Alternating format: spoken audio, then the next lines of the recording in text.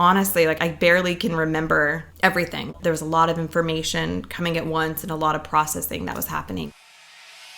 You're listening to Good is in the Details. I'm your host, Gwendolyn Dolsky, and this is the podcast where we learn what we didn't know in the spirit of Socrates. I'm going solo for this one. This is a mini-series that I started in 2019 called How Do You Maternity? And I was pregnant at the time that I did this recording, and I was hungry for hearing about experiences, especially professional women, to see how they navigated this changing body, the emotional aspect, the medical aspect, and also their careers. So for this episode, you're going to hear April. She is one woman, 3 radically different pregnancies. She has this wonderful disposition. She's very talented. She's a hairstylist and also a writer and a bookworm. As I was going over this, I just have so many thoughts. There are so many emotional, cultural, sociological aspects in addition to the medical reality of pregnancy. And I really want to do more episodes like this. So if you are somebody who is an expert in women's health,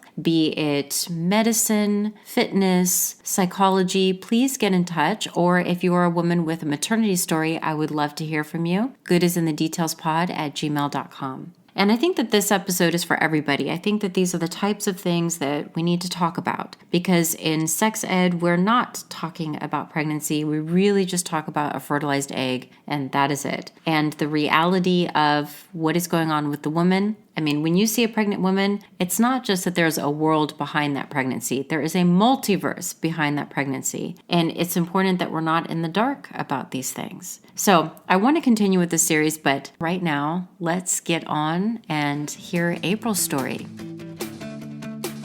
Tell me about the first time that you were pregnant. What was going on in your life? I was in high school, so not a lot other than just regular high school things. Well, how old were you, 17? I was 17, yeah. A senior in high school? Yes. What were your first signs of pregnancy? Missed my period. Enough time had gone by. I wasn't really keeping track of it. I was definitely irresponsible. Did you know so you didn't have any physical symptoms like the fatigue or nausea? Or... No. I mean, nothing that stood out, other than enough time had gone by that it seemed sus. When it dawned on you, what was your reaction? Was it fear? Was it excitement? What was it? Definitely worried, fear. I mean, not necessarily I guess scared. Scared because I just didn't know what to do. So my Planned Parenthood was the first thing I went to because I was very scared to go to my parents.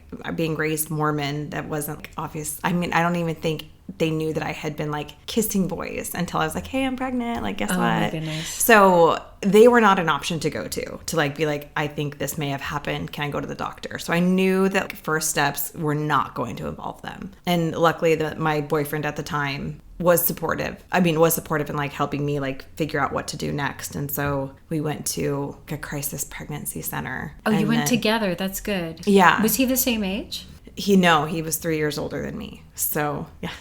And then obviously you decided this is something you're going to do. What was that decision process like for you? I definitely thought about other options. I knew at the time, like I say, I had been raised Mormon my whole life. So it was always very pro-life, So at that time in my life, that was not even an option that entered my head. I wasn't judging against people who did, but I knew that was just not something I would ever do. But adoption was definitely on the table. Okay. I thought about it. And then just realized it just wasn't something I could do. And so, so then we just went forward. And then I finally realized I had to tell my parents once I came to that. So I didn't tell them till probably 4 months pregnant. Wow. Looking back now at your 17-year-old self, what were some of the changes to your body that surprised you? Nothing until really late in my pregnancy. I did not gain 1 pound until 6 months.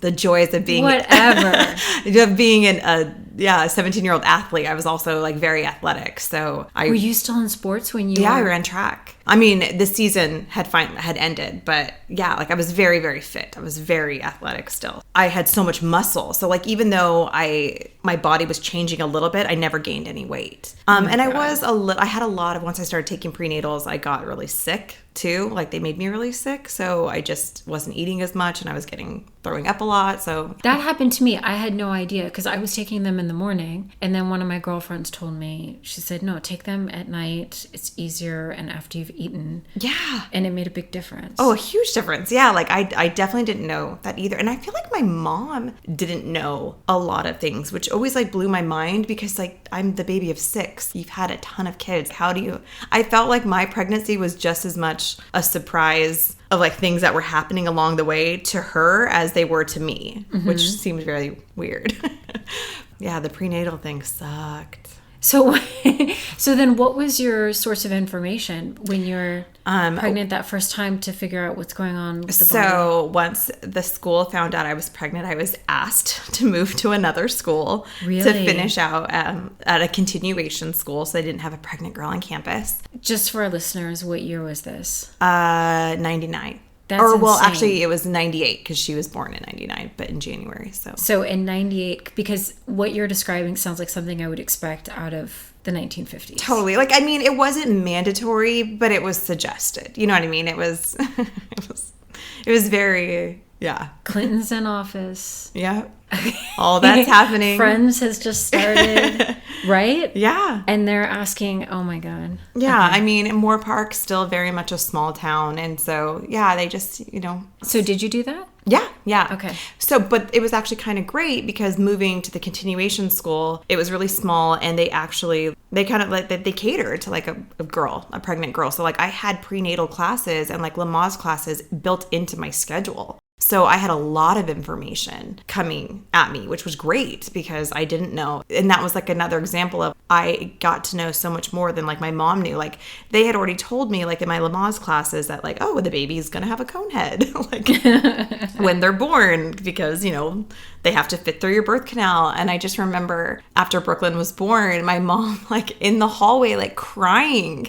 And like the nurses came up to her and like, I was like, what's wrong? And they were like, she thought something was wrong with Brooklyn because she had such a huge cone head. And like, how did you birth so many babies? And that never happened. And she's like, well, I guess they just put like little hats on them right away or something. But I was like, I wasn't nervous. They told me that was going to happen, So I'm really grateful actually for them asking me to move because it allowed me to get a lot of good information. Okay. Let's fast forward to your second pregnancy. What was the difference when you were pregnant the second time? So how many years apart then? They are 17 years apart. 17 so the years, first time, obviously was, I guess, easy and a surprise, where the second time around, I was married and it took us a very long time. Like she was a very tried for pregnancy. So when we finally were able to get pregnant with Charlie, yeah, totally different circumstances. I had a daughter in high school. I had a full-time career, very busy. And I was a lot more tired that time around because I had a busy life happening at the same time. And being older, I was 17 versus 34. My energy levels weren't the same for sure. So how did you, so you're a hairdresser, so you're on your feet all the time. What else, it's a physically demanding job. And then also you have a fantastic personality. So you're also talking to everybody at the same time and you're dealing with a bunch of chemicals. What were some things that you had to take into consideration? On the chemical side, I no longer did keratins and I was very conscious of people around me working.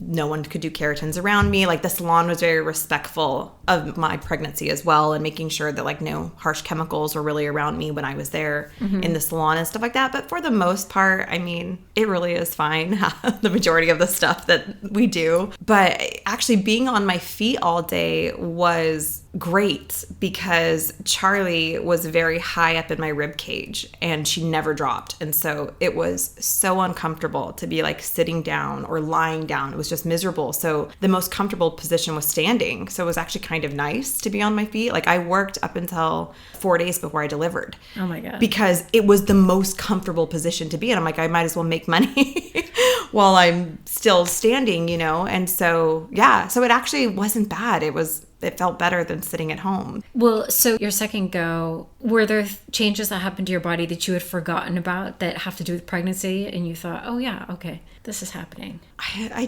feel like, again, I didn't really remember. It really felt like being pregnant for the first time because I just didn't really remember a lot of the stuff from when I was 17. So everything felt new and I didn't know. It's funny because I had all those resources before where I just kind of went about everything and everything seemed like how it was supposed to be because I had nothing to compare it to. And then when I actually got pregnant, when I felt like I should have something to compare it to, nothing felt the same. Like nothing registered. It all felt very new, very foreign. What was one of your best resources of information? The internet, which was also the worst source of information. I mean, I got a lot of information off there. My doctor, I had a really awesome OB.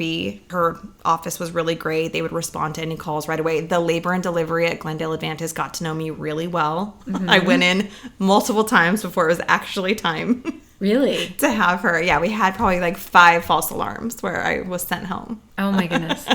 So yeah, again, I felt like a way more clueless pregnant woman. Even though I had like the internet and doctors and an adult brain that knew how to process everything, I really did feel way more clueless the second time around. So I think some of my symptoms that have scared me because I didn't know what was going on was the shortness of breath, the gums bleeding. Oh yeah. When I floss, it looks like a horror show. Straight up crime scene. Yeah, that was a surprise as well. For sure. I remember talking to my doctor about that, being like, should I be concerned? And pregnancy brain, man, that is real. Like words, so difficult. Forming sentences. I remember just being at work sometimes and being like, I don't even know what I just said to you. Because I would just lose my train of thought or just not be able to like even articulate my words. That was real. Pregnancy brain was real. What were your hours like? And then how did that change when you were pregnant? Was there any change to your worked work hours? More when I was pregnant. It was comfortable to be on your feet. It was comfortable, and I knew that I was going to be gone. And because I am my own boss, like there was no maternity leave when when I stopped working, I stopped working. There was going to be no money coming in. There was going to be no benefits, nothing. So I actually worked a ton more before I took time off. So I was working extra. And then how much time did you take off after she was born? I went back 3 weeks later, but at a very conservative schedule. So I went in for maybe like 1 or 2 clients. And I was working like maybe 3-4 days a week, just a couple hours a day. That was also the good thing. Even though I had, no maternity leave and I didn't have any benefits or anything, I did have the benefit of having my own schedule and creating my work schedule to fit my life and to fit my new baby. So I did go back right away, but not to like a heavy schedule, which was really nice. What kind of advice would you give to a working pregnant woman?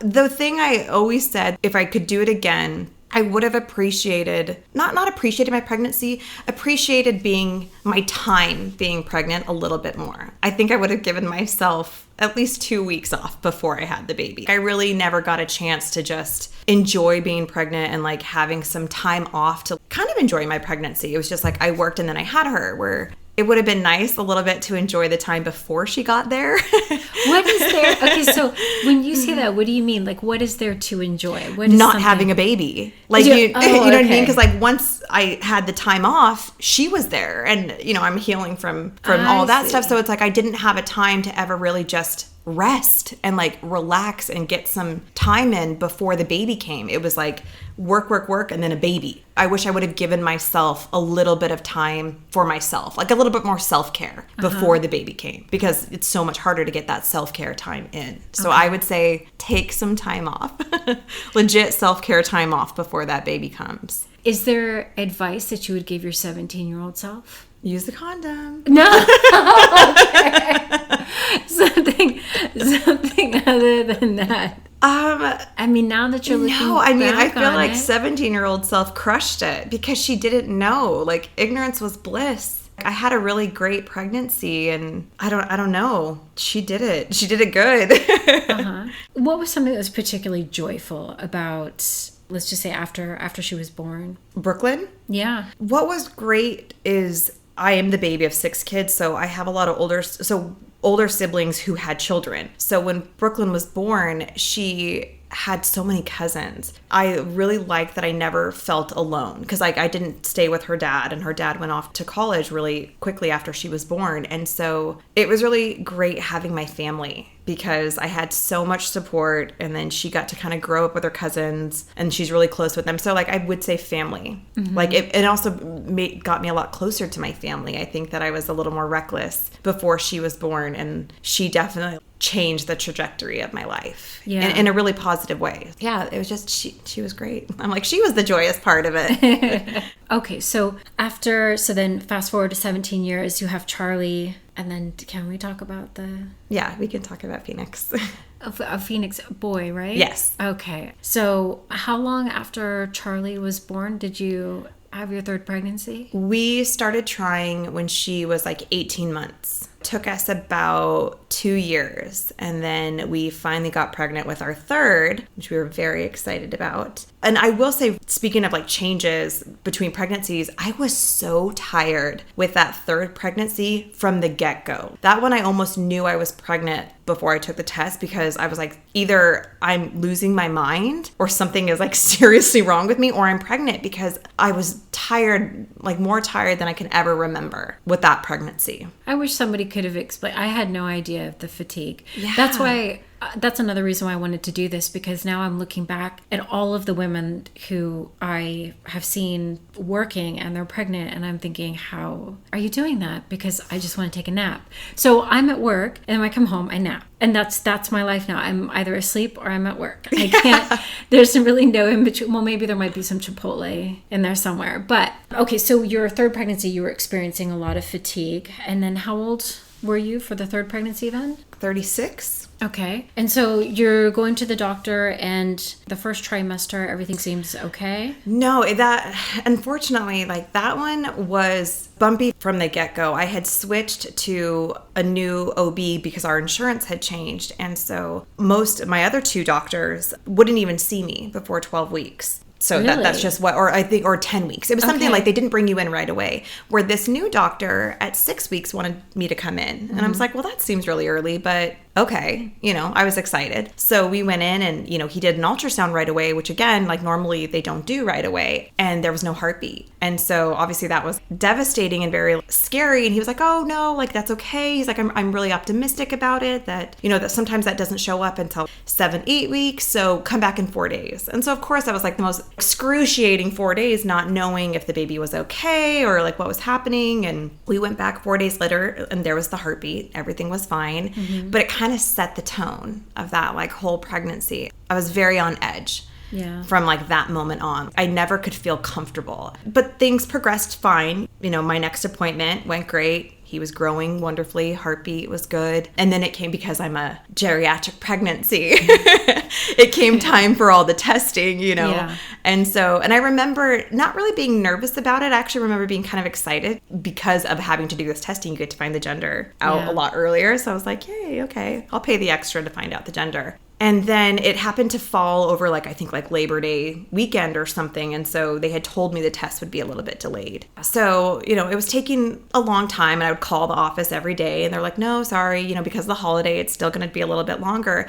And I don't remember actually being that nervous about it. And then when I got into the 10-day mark, I was definitely feeling impatient because I wanted to know the gender, but a little bit of nerves had started to creep in. And then when I called the office, the nurse had told me, no, don't worry, because if anything was wrong, that's when you would hear from us. You would hear from us sooner if something was wrong. So if it's taking a long time, don't even worry about it, which was a very big mistake. The next day, I got a call. I was actually shopping for my 20-year-old's. Well, at the time, she was only 18. She was getting ready to go into her freshman year of college, and we were in IKEA shopping for all of her dorm stuff, and I had Charlie in a carrier asleep on my chest, and there was no reception in IKEA. And so I just saw that I had a voicemail from my doctor, and I listened to it, and it was him calling me and to call him back. And of course, I panicked from that point on. So as soon as I called him back, his first words were I'm so sorry, but your genetic testing has come back, and it's 99.9% that the baby has Down syndrome.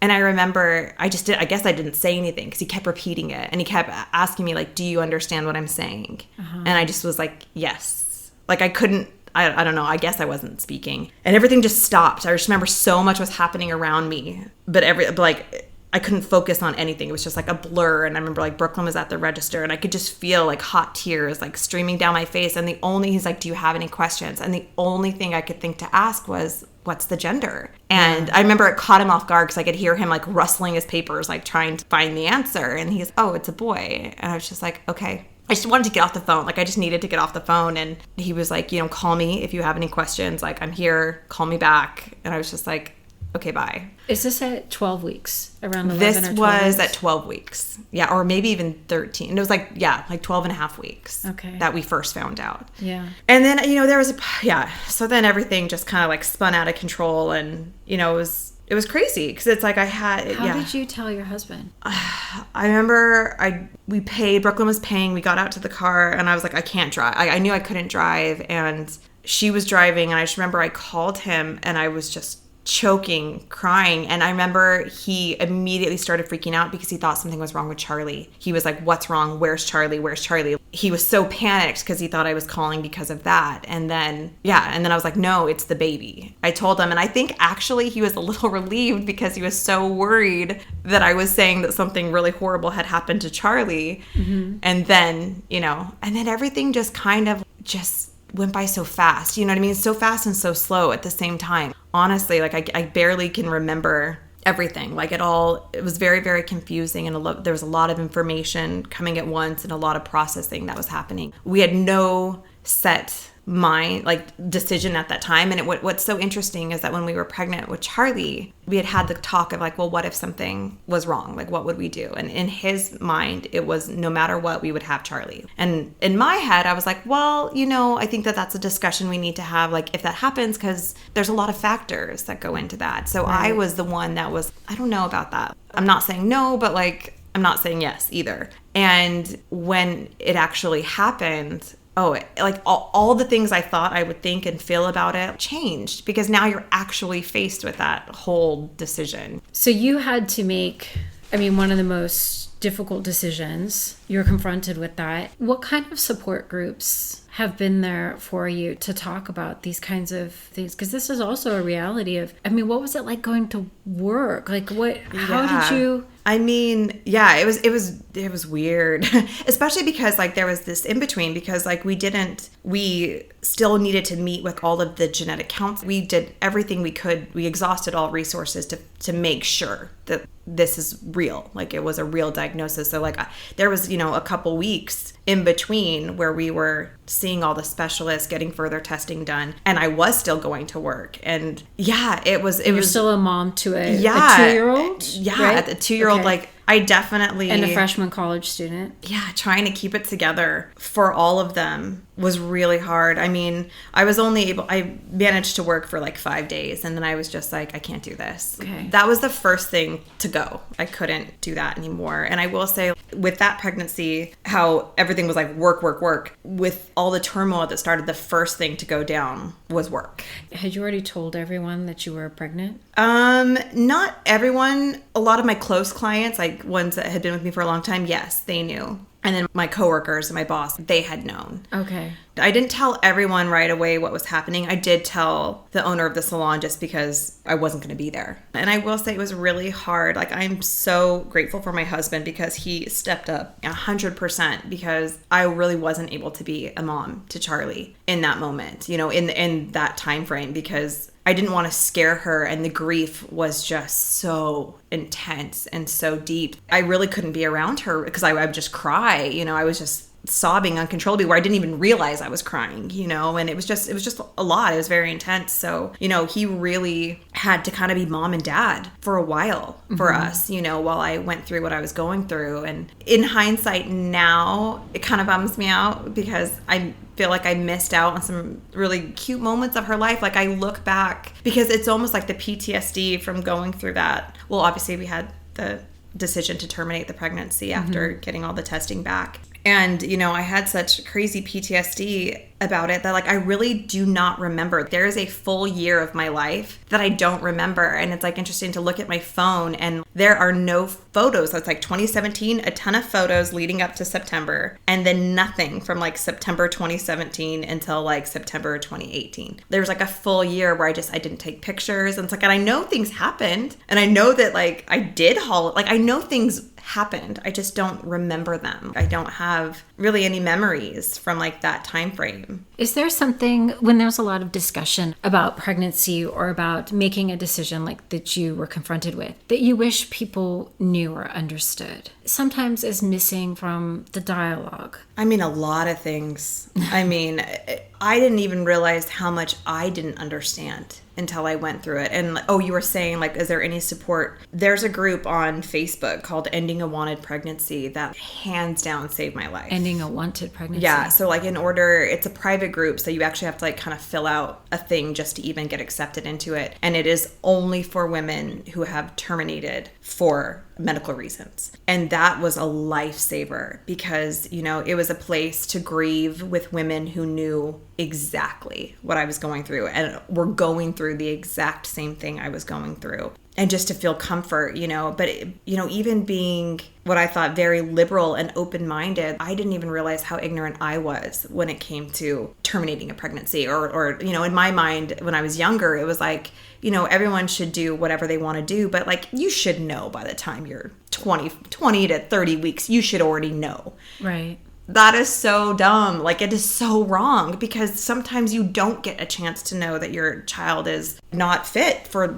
life, that it is terminally ill or that something really terrible has happened till 20 weeks, till 30 weeks. Sometimes at 38 weeks, you find out something fatal is happening to your child. So, I didn't realize how common certain things are and just how not discussed it is. There isn't a place for women kind of in my position or not as many places because everyone feels bad for the woman who miscarries, but not everybody feels bad for the woman who has terminated a pregnancy for a medical reason. Right. There's a lot more stigma on it. And I remember even going through it, wishing I would miscarry, like wishing the option would be taken from me, like that I wouldn't have to make a choice, that it would just be made for me. That was awful. It was really nice to have a place for that, a place to put that, because there aren't a lot of resources. How was your physician in counseling you? He was great.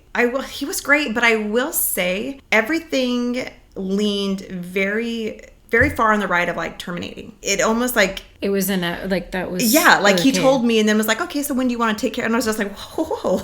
I mean, and he wasn't trying to be insensitive or anything, but like I just think that everyone assumed right away that that's what I would do. And that was a little bit surprising to me, but because I was just like, oh, I don't know. Like I didn't know yet. Like I for sure knew that like no decision would be made until much further testing. Like I needed every I to be dotted, T to be crossed. I needed to really know that we couldn't do it. And there was just so many factors. I mean, even going through the process, I joined a lot of different groups. I joined actually like a Down syndrome support group. I joined, the grieving group that I was a part of. Like I joined all these different groups to kind of get all of the information possible to explore every avenue. And they all just came back to the same thing. After meeting with our genetic specialist, it was just no one could give me answers on the severity of what it would be. Nobody could give me answers on anything. My doctor couldn't even guarantee he would make it through the pregnancy. There was actually a chance I would miscarry if I kept going. We knew that no matter what, there was going to be a heart condition. Like there was just so many, no one could tell me what could be.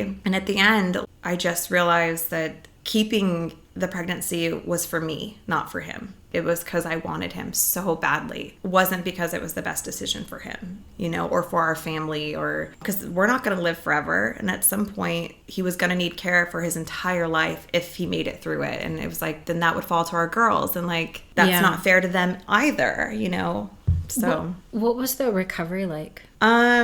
Physically, not bad. I mean, the recovery from Charlie was way worse because she was an emergency C-section. So hers was, the physical recovery was fine. Emotional recovery took a good 2 years, at least 18 months of solid grief. And then the last 6 months have actually been like good. It still orbits, but I'm not living in it. Right. Well, thank you for sharing that. I think it's going to be, how do I put it? It's an avenue that people don't, it's something that you don't talk about. Like you said, terminating a wanted pregnancy. That so much of the political dialogue is just hyped up and putting women in this corner of like, kind of like a how dare you, and they're right or wrong. Like they either have the right or they don't. Like nobody's talking about the emotional aspect of this or different reasons. Yeah. So I think it's really great that you're willing to talk about it. Thank you.